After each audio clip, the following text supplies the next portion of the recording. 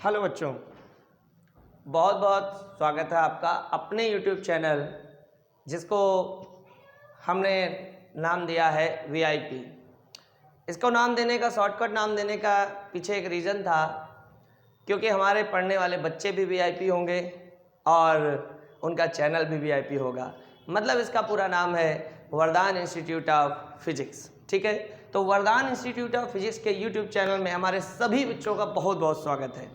आइए हम लोग सब लोग मिल कर के आपके 12th एग्ज़ाम के लिए एक सीरीज़ स्टार्ट करते हैं। हमने एक सीरीज़ बनाई है और इस सीरीज़ के माध्यम से हम सभी बच्चों को जितने भी इम्पोर्टेंट क्वेश्चन है ISC, CBSE और UP बोर्ड के जितने भी इम्पोर्टेंट क्वेश्चन होंगे, एग्जाम में आने लायक सारे क्वेश्चन, उनकी एक सीरीज़ लेकर के आए हैं और उस सीरीज़ के माध्यम से हम सारे क्वेश्चन यहाँ पर सॉल्व कराएंगे और क्वेश्चन में जो भी कॉन्सेप्ट लगेगा उस कॉन्सेप्ट को हम लोग एक्सप्लेन करते चलेंगे। ठीक है, चलिए स्टार्ट करते हैं बच्चों।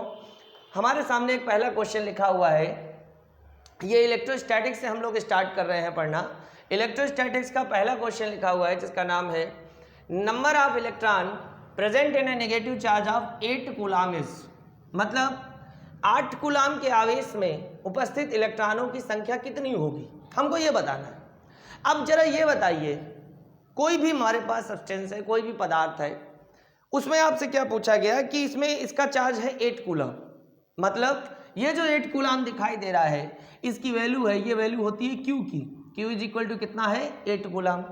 अब इस 8 कूलाम चार्ज तो 8 कूलाम आया है, लेकिन उस 8 कूलाम चार्ज में कितने इलेक्ट्रॉनों के कारण 8 कूलाम चार्ज आया है, क्योंकि हमने पढ़ा था कि चार्ज का बेस किससे है, नंबर ऑफ इलेक्ट्रॉन से है। तो आइए देखते हैं, एक फार्मूला हम लोग पढ़ते हैं, Q is equal NE, Q is equal to NE, जहां Q क्या है, total charge of substance, and N क्या है, नंबर ऑफ इलेक्ट्रॉन, और E क्या है, चार्ज ऑफ इलेक्ट्रॉन। तो Q को हम लोग बोलते हैं कुल आवेश, Q को हम लोग क्या बोलते हैं, कुल आवेश, और N क्या है, इलेक्ट्रॉनों की संख्या, E है इलेक्ट्रॉन का आवेश। अब देखिए हमें निकालना क्या है, हमें फाइंड करना है N, तो N इज इक्वल टू हो जाएगा Q अपॉन E। अब Q की वैल्यू मेरे पास है 8 कूलाम और चार्ज ऑफ इलेक्ट्रॉन बच्चों होता है 1.6 into 10 to the power minus 90। जितना चार्ज इलेक्ट्रॉन का होता है उतना ही चार्ज प्रोटॉन का होता है, इसमें जरा भी अंतर नहीं होता है, कोई भी डिफरेंस नहीं, नो डिफरेंस।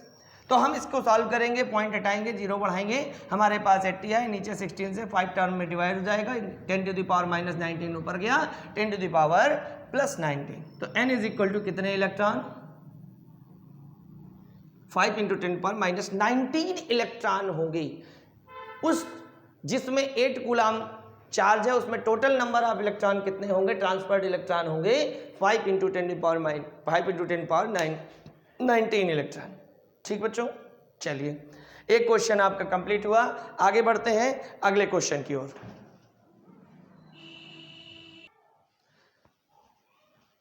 चलिए बच्चों नेक्स्ट क्वेश्चन की ओर हम लोग बढ़ते हैं। नेक्स्ट क्वेश्चन है क्वेश्चन नंबर 2। क्वेश्चन नंबर 2 है 2 point charges of 8 microcoulomb and 12 microcoulomb are kept in air at a distance of 10 centimeter from each other। ठीक है भाई, तो सबसे पहले दिया गया है 8 माइक्रोकुलाम तथा 12 माइक्रोकुलाम के दो बिंदु आवेश वायु में एक दूसरे से 10 सेंटीमीटर की दूरी पर रखे। आइए रखते हैं, एक चार्ज ये है 8 माइक्रोकुलाम का, और दूसरा चार्ज ये है जो कि 12 माइक्रोकुलाम का है, और कह रहा है क्वेश्चन कि दोनों एक दूसरे से कितनी डिस्टेंस पे रखे हुए हैं, दोनों एक दूसरे से 10 सेंटीमीटर डिस्टेंस पर रखे हुए हैं। अच्छा भाई, सबने बच्चों पढ़ा था कूलम्ब्स लॉ। हम जानते हैं कि जब दो स्टैटिक पॉइंट चार्ज या स्टेशनरी पॉइंट चार्ज, हिंदी में इसको हम लोग स्थिर बिंदु आवेश बोलते हैं, एक दूसरे से कुछ डिस्टेंस पर रखे होते हैं तो इनके बीच में एक इलेक्ट्रोस्टैटिक फोर्स कार्य करता है जिसको हम लोग बोलते हैं F। अच्छा, इलेक्ट्रोस्टैटिक फोर्स कार्य करता है तो भाई कूलम्ब्स लॉ यहाँ लगेगा, और कूलम्ब्स लॉ का फार्मूला होता है F is equal to 1/4 pi epsilon naught Q1 Q2 upon R square. अच्छा बेटा, ये वाला चार्ज हो गया Q1, दूसरा वाला चार्ज हो गया Q2, और ये जो डिस्टेंस है ये है R। ठीक है।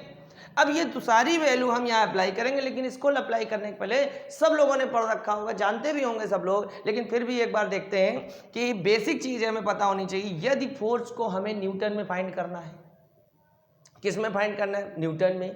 तो फोर्स को न्यूटन में फाइंड करने के लिए चार्ज को कूलाम में और डिस्टेंस को मीटर में लेना पड़ता है, यानी इसकी यूनिट हमें चेंज करनी पड़ेगी। अच्छा, यूनिट भी चेंज हो जाएगी, आइए चेंज करते हैं।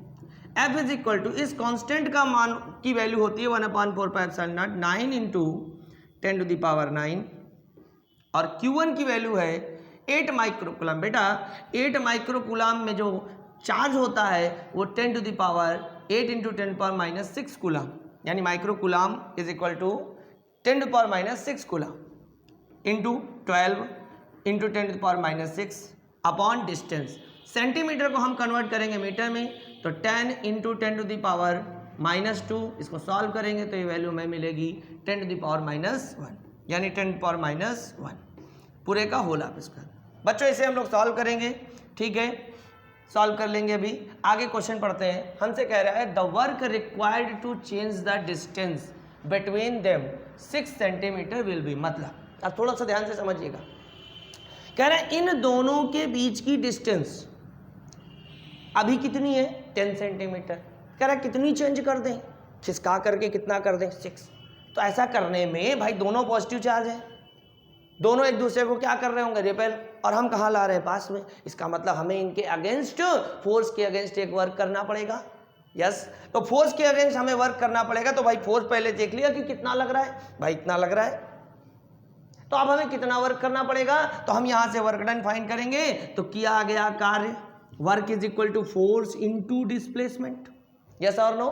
Force into displacement. तो फोर्स कितना है मेरे पास? ये है। डिस्प्लेसमेंट कितना है? आइए चेक करते हैं कितना है डिस्प्लेसमेंट। 6 सेंटीमीटर डिस्प्लेस कर रहे हैं। कितना डिस्प्लेस कर रहे हैं? 6 सेंटीमीटर। इन दोनों चार्ज को खिसका रहे हैं कितना? 6 सेंटीमीटर। आइए, तो बच्चों हम लोग फोर्स तो यहां से निकाल चुके, ये पूरी वैल्यू यहीं पर लगा देते हैं। 9 इंटू 10⁹9, 8 इंटू 10⁻⁻6 इंटू 12 इंटू 10⁻⁻6 और अपॉन में क्या है? इसका होल स्क्वायर ओपन कर दें, 10⁻⁻2 एंड डी। अब डी कितना था? 6 सेंटीमीटर, और 6 सेंटीमीटर को भी किस में लेंगे? मीटर में। अब क्या होगा? तो पहली बात तो इसका होल स्क्वायर ओपन किया, ये बन गया, तो आप देखेंगे कि इससे ये कैंसिल हो गया। जैसे ही कैंसिल हो, अब इसको मल्टीप्लाई करा लेते हैं। तो मल्टीप्लाई कराने में हमें क्या दिखाई दे रहा है? हमें दिखाई दे रहा है कि 12 इंटू 9 इंटू 6। तो अब इसका मल्टीप्लाई कराते हैं भाई, 12 8 96, ठीक है, और इंटू 9 इंटू 6। अब पावर को भी ऐड कर लें, ये -6 मल्टीप्लिकेशन में सबको पता है पावर ऐड हो जाती है, तो ये हो जाएगा 10⁻12, लेकिन ये प्लस का 9 है तो ये सब्सट्रैक्ट होकर के फाइनली बचेगी 10⁻3। अच्छा, अब इसका भी मल्टीप्लाई एक स्टेप में करा लो, 9 का न 54 की 4 ले लिया हमने, फिर इसके बाद बचा 5, यानी पूरा आएगा ये 86 इंटू 6 इंटू 10⁻3। 6 से भी मल्टीप्लाई करा लें,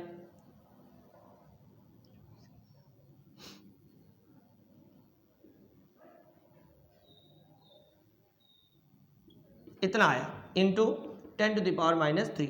अब हम यहाँ पर पावर को भी बैलेंस करेंगे। पावर को बैलेंस करेंगे तो इधर देखें, वैल्यू मेरे पास W की हमें मिली 5184 इंटू 10⁻3।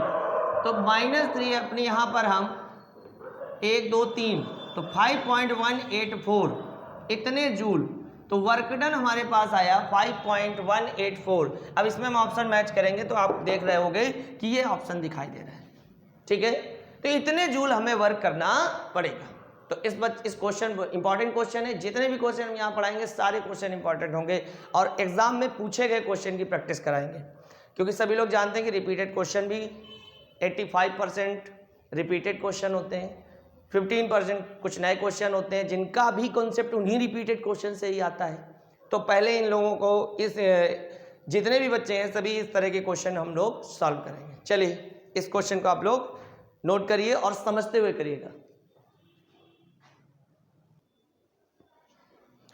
चलिए बच्चों देखते हैं क्वेश्चन नंबर 3। देखिए ध्यान से देखिएगा, क्वेश्चन नंबर 3 क्या कर रहे हैं, बड़ा कंफ्यूज बच्चे इस क्वेश्चन में होते हैं। 2 charges plus 1 microcoulomb and 4 microcoulomb are situated at a distance in air.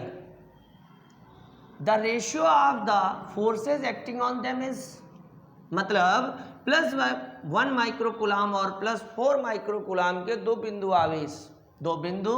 आवेश वायु में एक दूसरे से कुछ दूरी पर स्थित है।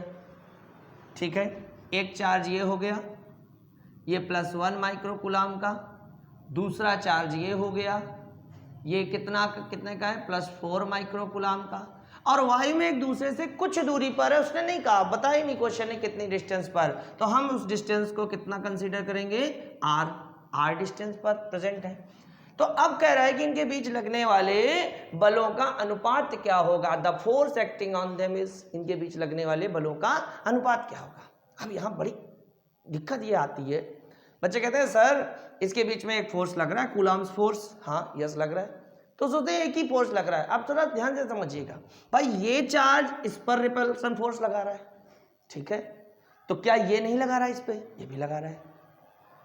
अब बताइए जब रेशियो पूछा गया तो यहाँ किस चीज का रेशियो पूछा जा रहा है कि ये इस पर कितना लगा रहा है और ये इस पर कितना लगा रहा है। ये बहुत इजी क्वेश्चन बन गया। आइए चेक करते हैं कि फर्स्ट Q1 चार्ज ने Q2 चार्ज पर कितना फोर्स लगाया, तो इसको हम लोग बोलेंगे F12 is equal to constant के ले लेते हैं अब हम लोग Q1 Q2 upon R square, ये लगाया।